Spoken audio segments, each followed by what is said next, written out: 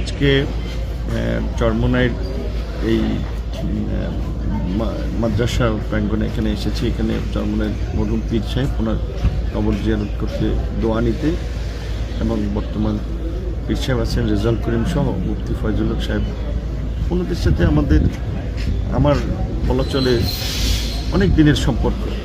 আমি যখন ছাত্র আন্দোলন থেকেই ডাকসুর ভিপি হয়েছি, জাতীয় পর্যায়ে রাজনীতি করেছি, আন্দোলন সংগ্রাম করেছি, এমনকি জুলাই গণ অভ্যুত্থানেও এই ছাত্র আন্দোলনে কীভাবে ছাত্রদের পাশে দাঁড়ানো যায়, ছাত্র আন্দোলনকে কীভাবে একটা গণ অভ্যুত্থানে রূপ দেওয়া যায়, তাদেরকেও বলেছি, তাদের সাথে আলাপ করেছি।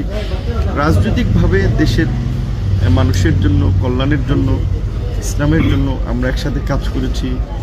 ভবিষ্যতেও মৌলিক জায়গায় আমরা কাজ করব, কারণ বাংলাদেশটা তো ছোট্ট, এখানে সবার সাথে সবার একটা সম্পর্ক থাকা খুব জরুরি। রাজনৈতিকভাবে বিশেষ করে যারা কাজ করেন তাদের মধ্যে একটা পারস্পরিক সম্মানজনক সম্পর্ক থাকাটা খুবই দরকার। সেই জায়গা থেকে আমি এখানে এসেছি।